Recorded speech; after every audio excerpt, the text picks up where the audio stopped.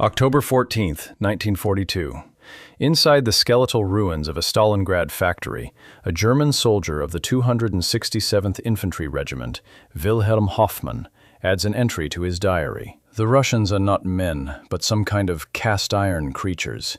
But our victory is not far away. For Hoffmann and the 300,000 men of Germany's 6th Army, this is the final push. They hold 90% of the city. The Volga River is just meters away. The last pockets of Soviet resistance, they are certain, will be crushed in a matter of days.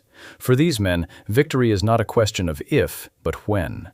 This is the story of how that absolute certainty turned into one of history's greatest military catastrophes. We will trace the 100-day journey of the 6th Army, from would-be conquerors to a frozen, starving, and doomed mass, using their own words from verified letters and diaries written as their world collapsed. This is not a story of heroes or simple victims. It is a documentary investigation into a cascading failure. How did one of the Third Reich's most powerful and experienced armies, on the very brink of its objective, get encircled and completely annihilated?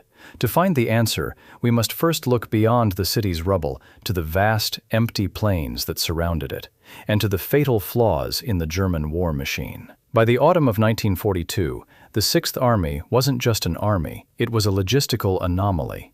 Its spearhead, grinding through Stalingrad, was tied to Germany by a single, overstrained railway line stretching over 1,000 kilometers. This was the fatal consequence of the summer's ambitious offensive, Case Blue. An operation designed to seize Caucasian oil had devolved into a fixation on a single city, stretching the German war machine past its breaking point.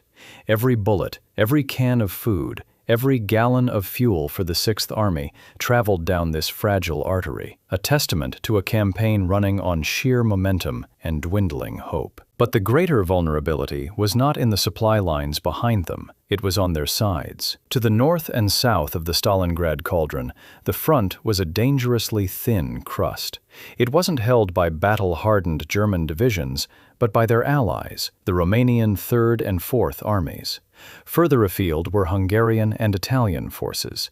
These were armies conscripted into a German war, equipped with obsolete artillery and, crucially, almost no effective anti-tank guns capable of stopping the Soviet T-34. Their morale was brittle. Their position, exposed on the vast featureless steppe, was a strategic nightmare waiting to happen, and the Germans knew it. Throughout October and early November, Colonel Reinhard Gehlen's intelligence department, Foreign Armies East, filed a series of increasingly urgent reports. Aerial reconnaissance, prisoner interrogations, and radio intercepts all painted the same terrifying picture. The Red Army was massing enormous reserves, not for a small counterattack, but for something massive. Entire new tank corps, fresh infantry divisions, and vast parks of artillery were being secretly assembled directly opposite the weakest points in the entire front, the Romanian sectors. The warnings went straight to the top, but in Hitler's headquarters, the reports were met with disbelief and disdain. The German High Command and Hitler himself were prisoners of their own ideology.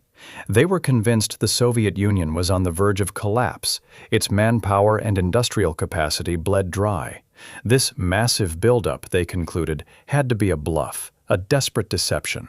To them, the Red Army was incapable of launching a major strategic offensive. The obsession with capturing the city named for Stalin had eclipsed all reason. The order remained unchanged: take Stalingrad at any cost. The 6th Army continued to feed its best divisions into the meat grinder of the city, oblivious to the steel jaws closing around its flanks. The Germans were staring at a loaded gun pointed directly at their weak spots, but they refused to flinch. On November 19, 1942, the trigger was pulled. November 19, 1942, 7:20 a.m. Through a thick, freezing fog, a sound unlike any other rips across the northern steppe.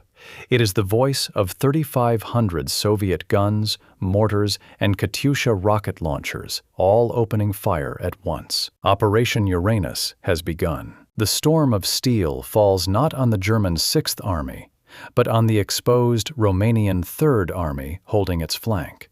Within hours, Their lines, defended with obsolete anti-tank rifles against waves of Soviet T-34s, simply evaporate. At 6th Army headquarters, the initial reports are garbled, dismissed as a local probing attack. But the next day, the illusion shatters. A second, equally powerful Soviet pincer strikes the Romanian 4th Army to the south, which collapses just as quickly. Suddenly, the map is terrifyingly clear. Two massive Soviet tank columns are now racing unopposed across the open steppe, not towards the city, but around it. On November 23rd, just 4 days after the first shot was fired, the spearheads of the two Soviet fronts meet at the town of Kalach, directly in the 6th Army's rear. The trap is sprung. A ring of steel slams shut around nearly 300,000 German and Allied soldiers. For them, the war of conquest is over. A battle for sheer survival has just begun. Their fate now rests on a series of critical decisions, promises, and gambles made hundreds of miles away. Inside the newly formed pocket, the Kessel, the 6th Army's commander, General Friedrich Paulus, has one fleeting chance. His panzer divisions report just enough fuel for a single, desperate breakout attempt to the southwest. The window is measured in hours. On November 24th, he radios Army Group B, formally requesting permission to attempt the breakout. He is not just asking for permission, he is reporting his only viable military option. The message is relayed up the chain of command, all the way to the Führer's Wolf's Lair headquarters in East Prussia. The answer that comes back is absolute, unequivocal. It is a direct order from Adolf Hitler. The 6th Army is to stand fast. Any breakout is forbidden.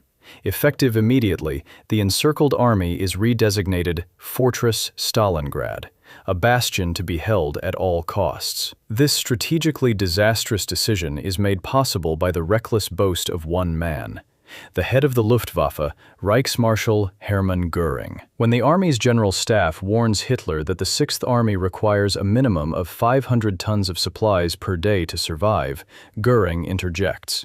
He personally guarantees his Führer that the Luftwaffe can supply the entire pocket from the air. It is a promise born of arrogance and a profound ignorance of logistics. For Hitler, it is the answer he wants to hear. The debate is over. The fate of 300,000 men is sealed on the word of the Reichsmarschall. The reality of Göring's airbridge is an immediate and catastrophic failure.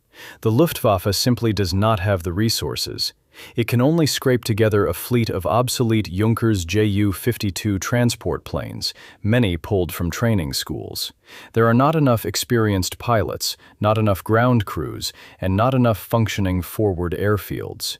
The Russian winter, the Germans' nemesis, becomes the Red Army's greatest ally. Relentless blizzards and thick ice on the runways ground the transport fleet for days at a time. The planes that do take off must fly a perilous corridor into the pocket, a shooting gallery lined with Soviet anti-aircraft batteries and patrolled by Red Air Force fighters. The sky, once promised as a lifeline, becomes a graveyard. Instead of the guaranteed 500 tons a day, the average delivery is less than 100. Some days, it is 0. Inside the Kessel, the consequences are immediate. Rations are cut, then cut again. The daily bread portion shrinks from 300 grams to 200, then to 100, a few thin, frozen slices. A soldier from the 305th Infantry Division writes home in early December. "We live on what the planes bring us, when they come. We wait for them as we would for salvation, but they come so seldom." The fantasy of the air bridge evaporates, leaving only the grim arithmetic of starvation. Then, in mid-December,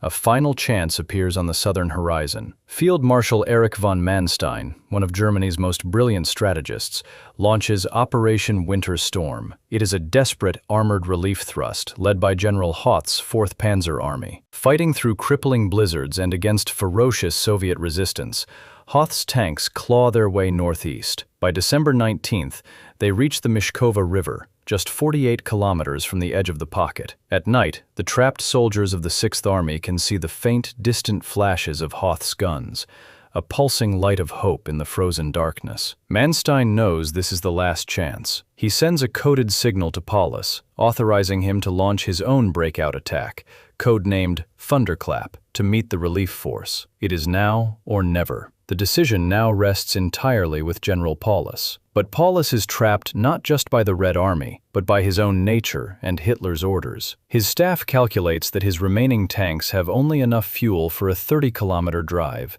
not the 48 needed to link up with Hoth. To attempt it would be an enormous gamble, and it would mean openly defying the Führer's explicit hold-fast command. A risk-taker like Manstein might have ordered the breakout anyway, gambling that success would justify the insubordination. But Paulus is a staff officer by training, meticulous, cautious, and pathologically obedient. He refuses to act without a direct, explicit order from Hitler. He radios the Wolf's Lair, pleading for the freedom to act. The reply is the same as before.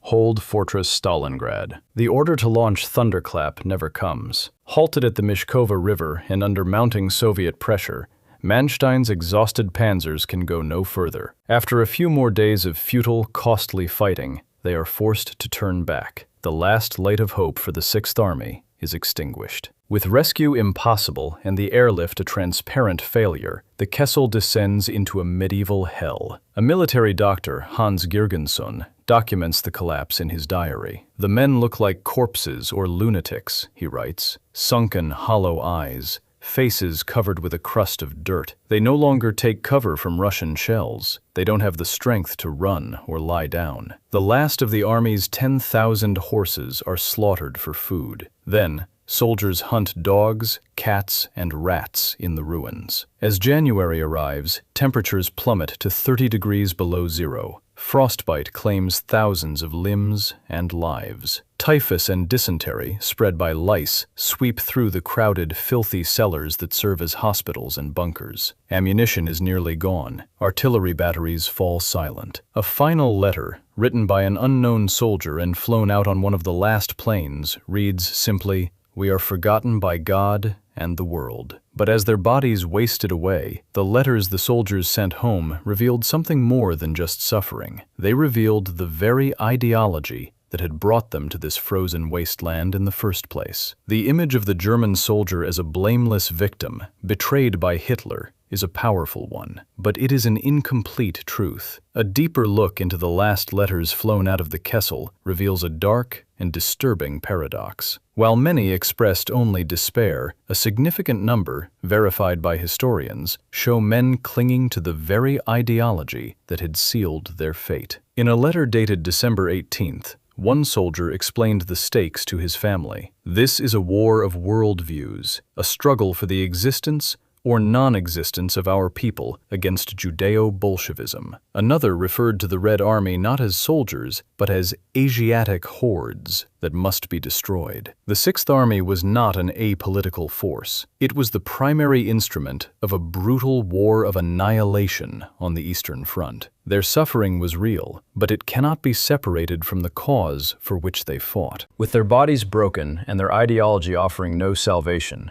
the end was now a matter of hours, not days. The final act would unfold in the basement of a ruined department store. By late January 1943, the final Soviet offensive, codenamed Operation Ring, had sliced the starving remnants of the Kessel in two. In the southern pocket, General Paulus and his staff huddle in the frozen basement of the Univermag department store, awaiting the inevitable. On January 30th, the 10th anniversary of the Nazi seizure of power, a final radio message arrived from the Wolf's Lair. It was from Hitler himself. It announced Paulus's promotion to the rank of General Feldmarschall, or Field Marshal. The message was not one of congratulations. It was a cynical, unspoken command.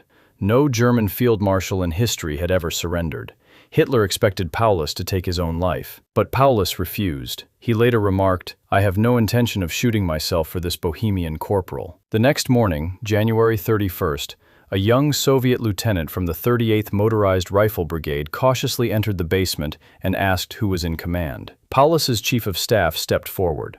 The war for the southern pocket was over, ending not with a bang, but with a quiet, almost bureaucratic exchange in a cellar. 2 days later, on February 2nd, the isolated northern pocket transmitted its final message. The radio man's words were a stark mixture of defiance and despair. "The Russians are at the door. We are destroying our equipment. Long live Germany." Then, the transmission cut out. The line went silent. After 199 days of relentless combat, the Battle of Stalingrad was over. The guns fell silent. But for the 91,000 men who emerged from the ruins, a new, and for most, final ordeal was just beginning. Of the 91,000 German soldiers who emerged from the ruins to surrender, only around 5,000 would ever see their homeland again. Wilhelm Hoffmann, the confident soldier from the Stalingrad factory, was not among them. His diary ends abruptly in late December 1942. His fate, like that of his entire army, was sealed not just by Soviet steel, but by a fatal trinity: his own leadership's staggering arrogance, its catastrophic logistical incompetence, and a profound ideological blindness that refused to see the reality on the map. The fall of the Sixth Army was more than a military disaster. It was a mortal wound to the myth of Wehrmacht invincibility. For the Third Reich, this was the beginning of the end on the Eastern Front, a turning point from which it would never recover. Stalingrad proved a terrible, irreversible truth. The courage and discipline of the individual soldier mean nothing when pitted against superior logistics, sound strategy, and a leadership that has lost touch with reality. They came to wipe a city from existence, to erase its very name from the map. In the end, the city did not vanish, the army did. Stalingrad became not just a battlefield, but the Sixth Army's tombstone, its name forever marking the grave of an army consumed by its own objective.